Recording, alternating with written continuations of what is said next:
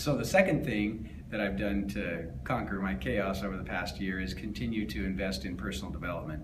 I'm a huge believer in this, both in terms of books, coaching, seminars, learning. But in particular, what I did was continue to spend 2 hours a week with a coach who I've worked with now for 5 years.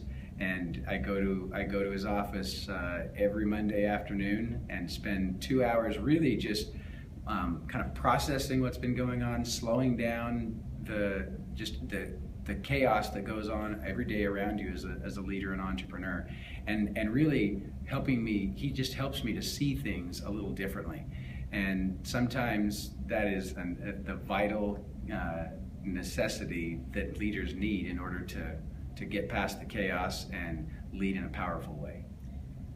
Well, it's refining ourselves, Yeah. in terms of how we lead, why we lead. And the other thing I was going to mention is tapping into people around you that have so much talent that can bring so much to the table. And yes, giving them a chance to step it up, because that only helps them to grow too. Exactly. Yeah, and it's an amazing thing. I mean, it helps everybody. It frees me up and takes some of the weight off, and it gives them an opportunity to rise and do great things. So, what piece of entrepreneurial advice would you give yourself today if you were starting out?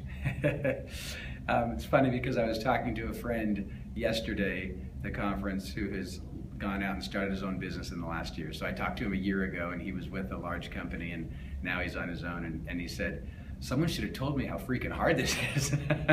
And I would have actually done that. I would have said to myself, listen, this is going to be harder than you realize, and you need to have things lined up and prepared that you're going to do when things get really tough, because the mental and emotional strain is something that is unimaginable until you've done it. And so that's something I would have done, and specifically do these things. So I would have said, look, number one, get customer comments of praise and appreciation when they come to you, and treasure them up and study them and look at them when times are hard, because that is such an important fuel.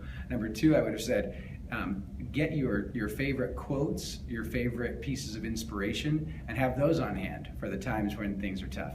And then the third thing is I would have told myself, be prepared to read a lot. And that has been a huge method of getting inspiring ideas, connecting the dots, and helping me navigate through problems by reading. Clate Mask, CEO, founder of Infusioncon, brainchild behind Icon 15. Thank you so much for joining us today and being a part of our project again this year. Oh, you bet. So happy to do it. Thanks so much for doing this for us. Thanks.